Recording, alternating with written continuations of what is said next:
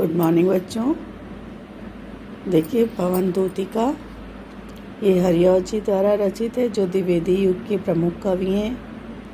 यह उनके प्रसिद्ध महाकाव्य प्रिय प्रवास से लिया गया है।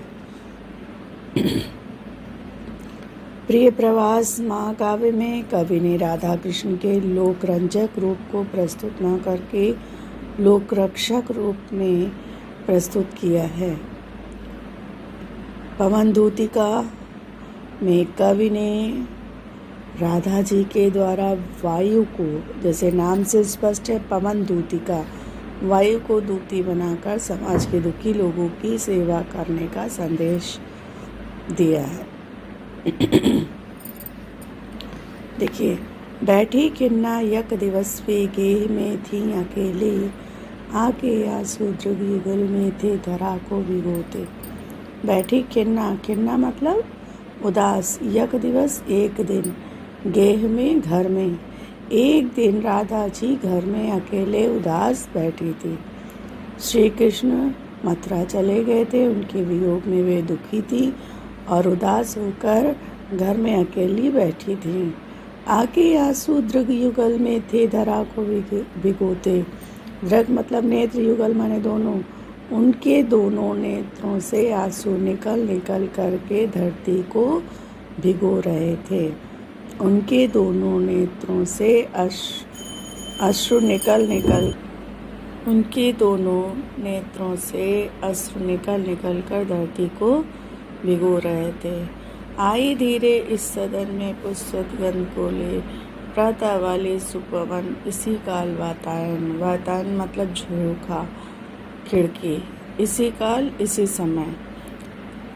जिस समय राधा जी वियोग में पीड़ित थी और उनके दोनों नेत्रों से अश्रु धरती को भिगो रहे थे, अश्रु निकल कर धरती को भिगो रहे थे, इसी समय में झरोखों के द्वारा प्रातःकालीन चलने वाली सुंदर वायु पुष्पों की सुगंध को लेकर के इस घर में धीरे से प्रवेश करती है। जिस समय राधा जी वियोग में पीड़ित थी, दुखी थी, उनके नेत्रों से अश्रु प्रवाहित हो रहे थे, उसी समय झरोखों के माध्यम से प्रातःकालीन चलने वाली शीतल मंद सुगंधित वायु पुष्पों की गंध को लेकर धीरे से इस सदन में, इस घर में प्रवेश करती है। संतापों को विपुल बढ़ता देख के दुखिता हो। जब सुंदर शीतल मंद सुगंधित वायु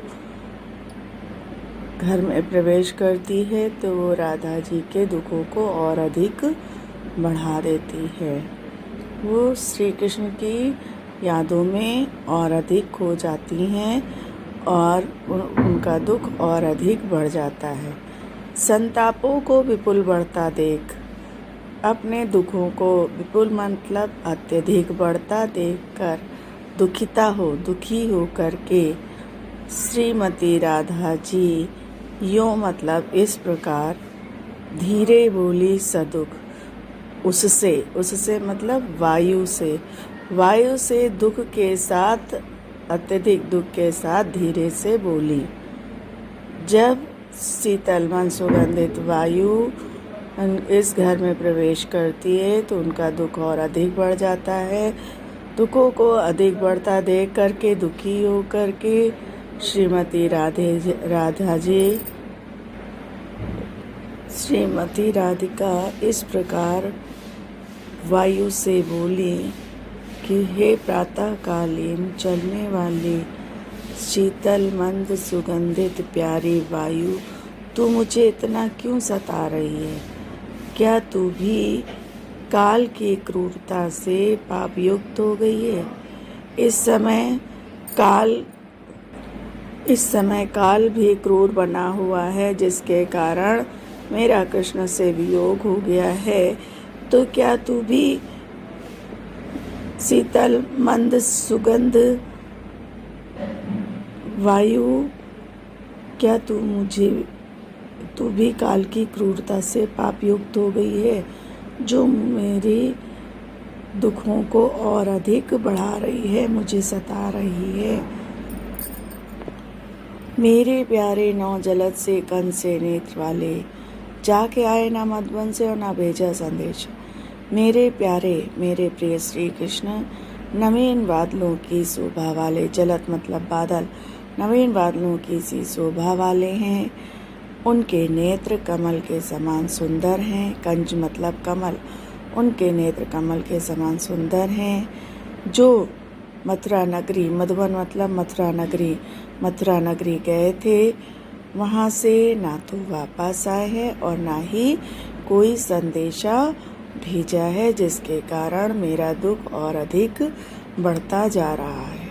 मैं रो रो करके प्रिय विवह से बावली हो रही हूँ। मैं रो रो करके प्रिय के वियोग में बावली सी होती जा रही हूँ। और मेरे प्रिय श्री कृष्ण ना तो अभी तक वापस आए, ना कोई संदेशा भेजा। जाके मेरी सब दुख कथा श्याम को तू सुना दे। राधा जी वायु को दूती बना लेती हैं और उसके माध्यम से संदेश अपना भेजना चाहती हैं और कहती हैं कि तू श्री कृष्ण के पास जाकर मेरी सारी दुख भरी कथा को श्री कृष्ण से कह देना, श्री कृष्ण को बता देना। तो जाकर के मेरी सारी दुख भरी कथा को श्री कृष्ण से जाकर सुना देना। देखिए, काव्य सौंदर्य यहाँ पर भाषा खड़ी बोली है, शैली प्रबंध है, रस वियोग श्रृंगार है, छंद मंत्रांता है, अलंकार मानवीकरण है, शब्द शक्ति अविधा लक्षणा है, गुण प्रसाद और माधुर्य है। ठीक, तो एक बार फिर से पूरा देख लीजिए। राधा जी घर में अकेले उदास बैठी थी, क्योंकि श्री कृष्ण मथुरा चले गए थे और जब से वे गए थे ना तो उन्होंने कोई संदेशा भेजा था और ना ही स्वयं वापस आए थे। तो एक दिन वे घर में उदास बैठी हुई थी, उनके दोनों नेत्रों से अश्रु निकल कर धरती को भिगो रहे थे। उसी समय झरोकों के माध्यम से प्रातःकालीन चलने वाली सुंदर वायु इस भवन में पुष्पों के सदगंध को लेकर धीरे से प्रवेश करती है और राधा जी के दुखों को और अधिक बढ़ा देती है। अपने दुखों को अधिक बढ़ता देखकर दुखी होकर श्रीमती राधा इस प्रकार दुख के साथ बोली, हे प्यारी प्रातःकालीन चलने वाली वायु, तुम मुझे क्यों सता रही हो? क्या तू भी समय की क्रूरता के कारण पापयुक्त हो गई है? समय क्रूर है, कठोर है, जिसके कारण श्री कृष्ण का हमसे वियोग हो गया है। ऐसा लगता है तू भी पापयुक्त हो गई है और तभी हमारे दुखों को और अधिक बढ़ा रही है। मेरे प्यारे श्री कृष्ण नवीन बादलों के समान शोभा वाले हैं, उनके नेत्र कमल के समान सुंदर हैं। जब से वह मथुरा नगरी गए हैं ना वो वापस आए हैं, ना कोई संदेशा भेजा है।